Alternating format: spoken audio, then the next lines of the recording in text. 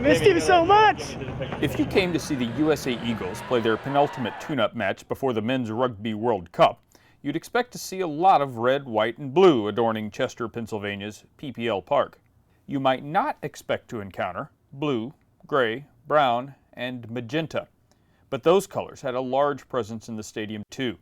The folks who brought them hope their colors and their sport will have an increased presence in the country as well. It's a game that's growing in America. I think we all want to see the game growing in America. The visitors belong to a team from the country where the U.S. will travel to play the world's best, England. Harlequins Rugby Football Club plays in the Aviva Premiership, England's top professional league.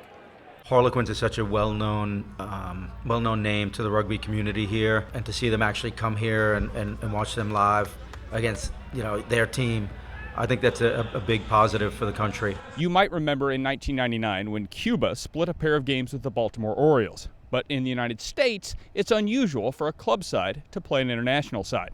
In rugby, it's a little more common, but not the norm. The sport that normally occupies this stadium has made inroads into the United States, with a number of European brands achieving notoriety. Harlequins certainly hopes to mimic some of that success with a new deal they've just done. We've just announced a 4-year partnership with US Rugby, and this is just the start. But watching the great rugby players play, whether they wear colors from a club side or a national side, won't necessarily mark the new initiative's success. It's just a lot more fun now that you know everything about it.